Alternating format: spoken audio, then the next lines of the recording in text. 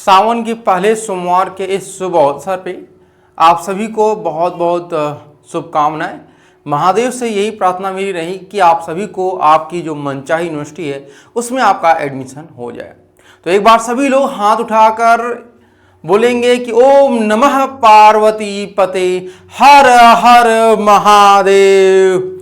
इसी के साथ आज के हम अपने इस सेशन की शुरुआत करते हैं। तो स्वागत करते हैं एक बार फिर से आपके भरोसेमंद यूट्यूब चैनल प्रिस्टाइन क्लासेस में।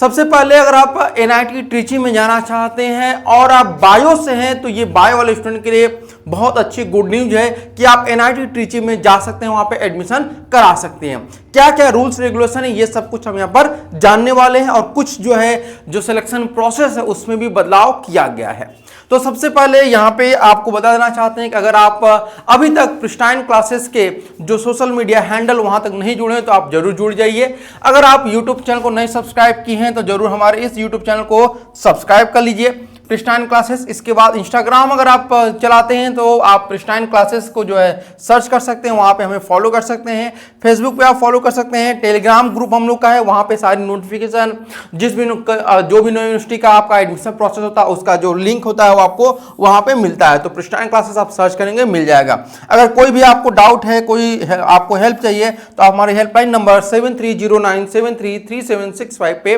कॉल कर सकते हैं या फिर व्हाट्सएप करके जानकारी ले सकते हैं। तो आज हम बात करते हैं कि अगर एनआईटी ट्रिची में आप एडमिशन लेना चाहते हैं तो इसके लिए आपको कुछ एलिजिबिलिटी क्राइटेरिया है उनको फुलफिल करना होगा, जिसमें सबसे बड़ी बात है कि आपका 12th जो है, ध्यान रखिएगा आपका 12th जो है इसमें या तो आपने पीसीएम किया हो यानी कि फिजिक्स केमिस्ट्री रहा हो, या फिर आपका पीसीबी ग्रुप रहा हो, ठीक है, या फिर आप पीसीएमबी हो, यानी ये तीनों ही ये एलिजिबल हैं एनआईटी ट्रिची में एडमिशन के लिए। अब 12th अगर आपने किया है, आप किसी भी कैटेगरी से बिलोंग करते हैं, आपके 50% मार्क्स होने चाहिए, ध्यान रखिएगा, ठीक है। इसके बाद यहां पर कहा गया है कि आपने जो एनसीटी का एग्जामिनेशन दिया हुआ है, एनसीटी 2025 का, इसमें आपने साथ के साथ सभी सब्जेक्ट को वह जरूर अटेम्प्ट किया हो। भले एक क्वेश्चन अटेम्प्ट किए हो, भले माइनस में आपका मार्क्स आया हो, बट आपने अटेम्प्ट किया होना चाहिए, ठीक है।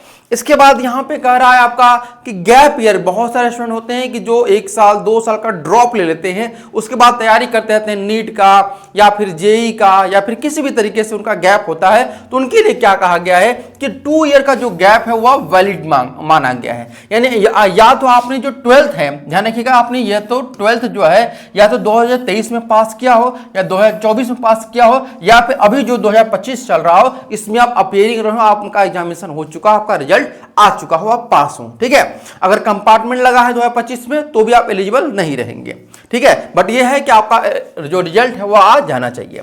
अब डेट ऑफ बर्थ की बात करते हैं कि एज क्राइटेरिया, अगर हम बात करते हैं जनरल, ओबीसी और ईडब्ल्यूएस के लिए, तो आपका जो जन्म होना चाहिए वह 1 अक्टूबर 2000 के बाद या 1 अक्टूबर 2000 से आपका होना चाहिए। या फिर अगर हम बात करते हैं एससी एसटी पीडब्ल्यूडी के लिए, तो इनका जो जन्म है वह 1 अक्टूबर 1995 के बाद का होना चाहिए।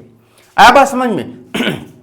तो ये चीजें हैं जो आपको फुलफिल करनी है। अगर ये आप फुलफिल कर रहे हैं, ये जो एलिजिबिलिटी क्राइटेरिया है, आपका जो गैप ईयर है, तो यहाँ पे आपको हम कुछ इंपॉर्टेंट डेट्स के बारे में बता देना चाहते हैं कि क्या क्या डेट्स हैं, कब से फॉर्म आप भर सकते हैं एनआईटी ट्रिची में। तो एनआईटी ट्रिची में जो फॉर्म भर सकते हैं वह 11 जुलाई से आप फॉर्म भर सकते हैं। लास्ट डेट अगर हम बात करते हैं कि जो आपका एनआईटी ट्रिची का है वह क्या है, तो 24 जुलाई आपका रखा गया है। कितना रखा गया है? 24 जुलाई यहाँ पे रखा गया। इसके बाद जो आपका पहला मेरिट लिस्ट जारी किया जाएगा वो 4 अगस्त को जारी किया जाएगा।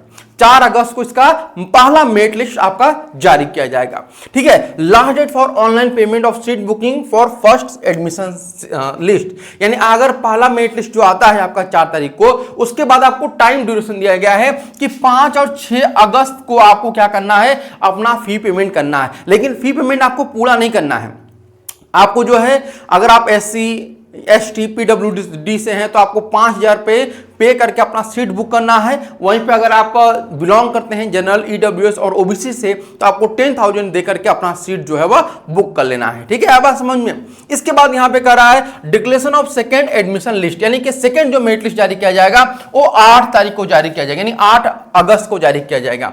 और सेकेंड लिस्ट में जिनका भी नाम रहेगा उनको 9 से लेकर 11 तारीख तक फी पेमेंट का ऑप्शन दिया जाएगा। ठीक है, इसके बाद आपका जो है opening and closing of withdrawal option, यानी आपको विड्रॉल करने का टाइम दिया जाता है कि आप 12 तक अगर विड्रॉल करते हैं, 12 अगस्त तक आप विड्रॉल करते हैं तो कोई भी फी आपका डिडक्ट नहीं किया जाएगा। डिस्प्ले ऑफ वैकेंट सीट, यानी कि जो बच्चे यहाँ एडमिशन नहीं लेना चाहते हैं लेकिन पहले अपना एडमिशन ले लिए थे तो विड्रॉल करना चाहते हैं, तो यहाँ पे आपका जो है तीसरा राउंड उसके बाद निकाला जाएगा जो कि रहेगा 14 अगस्त को। 14 अगस्त के बाद आपका जो तीसरा मेरिट लिस्ट जारी किया जाएगा, उसके बाद आपका तीसरा जो मेरिट लिस्ट जारी किया जाएगा, यानी कितने सीटें वैकेंट है वो 14 को पता चलेगा, और तीसरी जो मेरिट लिस्ट आपकी निकाली जाएगी वह निकाली जाएगी आपकी 18 अगस्त को निकाली जाएगी। इसके बाद लास्ट डेट जो रहेगा थर्ड राउंड के काउंसलिंग के बाद वह 19 से लेकर 20 अगस्त के बीच में आप लोग अपना फी पेमेंट कर सकते हैं। ठीक है, अब आपकी जो क्लासेस चलाई जाएंगी, ठीक है, इसके बाद आपको फिजिकल डॉक्यूमेंट वेरिफिकेशन भी कराया जाएगा। ये बात ध्यान रखिएगा, फिजिकल डॉक्यूमेंट वेरिफिकेशन कब होगा ये आपको ईमेल पे पता चल पाएगा। और यहाँ पे रही बात की आपकी क्लासेस कब शुरू होंगी, तो वो भी आपको ईमेल के द्वारा या फिर मैसेज द्वारा या फिर कॉल के द्वारा पता चल पाएगा। ठीक है, तो ये दोनों चीजें ध्यान रखिएगा। ये जो आप काउंसलिंग करा लेंगे, एडमिशन हो जाए, तो फिजिकल काउंसलिंग के लिए भी आपको कुछ डॉक्यूमेंट होते हैं, उनकी लिस्ट की मैं अलग से वीडियो आपको आज या कल प्रोवाइड कर दूंगा, वो आप लोग जरूर अपने पास रख लीजिएगा। ठीक है, आगे बढ़ते हैं यहाँ पे। इसके बाद अगर बात करते हैं आपकी रजिस्ट्रेशन की फीस क्या होती है, जो रजिस्ट्रेशन फीस होती है वो 500, ये सभी के लिए आपकी रजिस्ट्रेशन फीस है, चाहे आप किसी भी कैटेगरी से बिलोंग कर रहे हो, सभी के लिए है। इसके बाद सीट मैट्रिक्स की बात करते हैं, तो यहाँ पे जो सीट मैट्रिक्स वो कुछ इस प्रकार से है कि फिजिक्स अगर आप लेते हैं बीएससी बीएड में मेजर के तौर पर, तो जो होम स्टेट रहेगा उनके लिए 3 सीटें हैं और अदर स्टेट के लिए 3 सीटें हैं। ईडब्ल्यूएस के लिए 1 सीट है, अदर स्टेट के लिए और होम स्टेट के लिए भी 1 सीट है। ओबीसी के लिए अगर बात करें 3 सीटें आपका अदर स्टेट के लिए, 2 सीटें होम स्टेट के लिए। एससी के लिए 1-1 सीट है, होम और अदर दोनों के लिए। एसटी में अदर के लिए सीटें नहीं है। अगर आप यहां पे ध्यान रखिए, अदर कैटेगरी यानी अदर स्टेट से बिलोंग करते हैं और तो वहां पे एसटी कैटेगरी से बिलोंग करते तो आपके लिए कोई सीट नहीं है, तो आप अप्लाई मत करिएगा। ठीक है, इसके बाद यहां पर आपका 1 सीट है होम स्टेट के लिए। टोटल 8 सीटें हैं, 8-8 16, यानी कि 16 सीटें यहां पर हैं। किसमें? आपका फिजिक्स में। केमिस्ट्री में भी आपकी 16 सीटें हैं, 8-8 सीटें जो है होम और अदर स्टेट के लिए। मैथमेटिक्स में भी आपकी 9 सीटें हैं, जो कि आपकी 18 सीटें कुल हो गए। ठीक है, इस प्रकार से कुल 50 सीटें आपकी हो रही हैं यहाँ पे। तो ये आपका होम स्टेट और अदर स्टेट का एक चीजें समझ लीजिएगा कि जिस स्टेट से आपने 12th पास किया है, यानी आपने अगर इस स्टेट से पास किया जहां पे आपका एनआईटी ट्रिची है, तो वहां पे आपको इसका रिजर्वेशन मिलेगा होम स्टेट का, अदरवाइज आपको नहीं मिल पाएगा। ठीक है, अब बात करते हैं आगे। इसके बाद यहां पर एडमिशन प्रोसेस कैसा होगा, तो एडमिशन जो आपका किया जाएगा वो 7 सब्जेक्ट के मार्क्स के बेसिस पर किया जाएगा, यानी कि जो आपका टोटल स्कोर होगा ना, उस एनसीईटी के स्कोर के बेसिस पे आपका एडमिशन प्रोसेस किया जाएगा।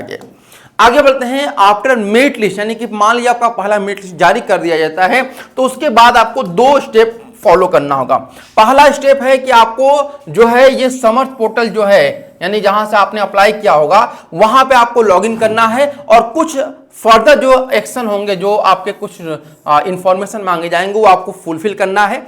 जब वो आप यहाँ पे फुलफिल कर लेंगे, यानी वहां पे कंप्लीट कर लेंगे अपना प्रोसेस, उसके बाद आपको क्या करना है, अपना जो फी पेमेंट है, यानी जो एडवांस फी पेमेंट है, वो आपको एसबी कलेक्ट पे आपको जाकर के यहाँ पे फी पेमेंट करना है। एसबी कलेक्ट, अब एसबी कलेक्ट क्या होता है, ये एक पोर्टल होता है जहाँ पे आप फी पेमेंट करते हैं। तो यहाँ पे बात ध्यान रखिएगा, 10,000 जो रहेगा वो जनरल ओबीसी और एनसी जनरल ओबीसी ईडब्ल्यूएस के लिए एडवांस फी पेमेंट करना होगा। 5,000 जो रहेगा वो एससी एसटी और पीडब्ल्यूडी कैटेगरी स्टूडेंट के लिए यहाँ पे जमा करना होगा। ठीक है, तो इससे आपका सीट जो है वो कंफर्म हो जाएगा। बाकी की जो रिमेनिंग फीस होगी वो आप बाद में आपको मौका दिया जाएगा, आप पे कर सकते हैं। इसके बाद यहाँ पे अगर बात करते हैं कि जो फी स्ट्रक्चर है वो क्या है, तो यहाँ पे बात ध्यान रखिएगा, जो आपका ओबीसी आपका ईडब्ल्यूएस या जनरल के लिए जो फीस स्ट्रक्चर है वो क्या है, तो पहले सेमेस्टर में आपको 1,10,450 रुपये आपकी फी पेमेंट करनी होगी। ठीक है, कितना करना होगा यहाँ पे, 1,10,450 रुपये पहले सेमेस्टर में। सेकेंड सेमेस्टर में 50,000 करना होगा। थर्ड सेमेस्टर में 70,750, फोर्थ सेमेस्टर में आपका 50,000, फिर आपका फिफ्थ सेमेस्टर में 80,450 और सिक्स सेमेस्टर में आपका 50,000, सेवेंथ सेमेस्टर में आपका 83,450 और 8th सेमेस्टर में आपका 50,000 आपका फीस लगेगा। ये जनरल ओबीसी ईडब्ल्यूएस के लिए। एससी एसटी और पीडब्ल्यूडी के लिए अगर हम बात करते हैं तो आपका पहले सेमेस्टर में 60,450 लगेगा, थर्ड सेमेस्टर में 27,750 लगेगा, 5th सेमेस्टर में 30,450 लगेगा, 7th सेमेस्टर में 33,450 आपका फी पेमेंट लगेगा।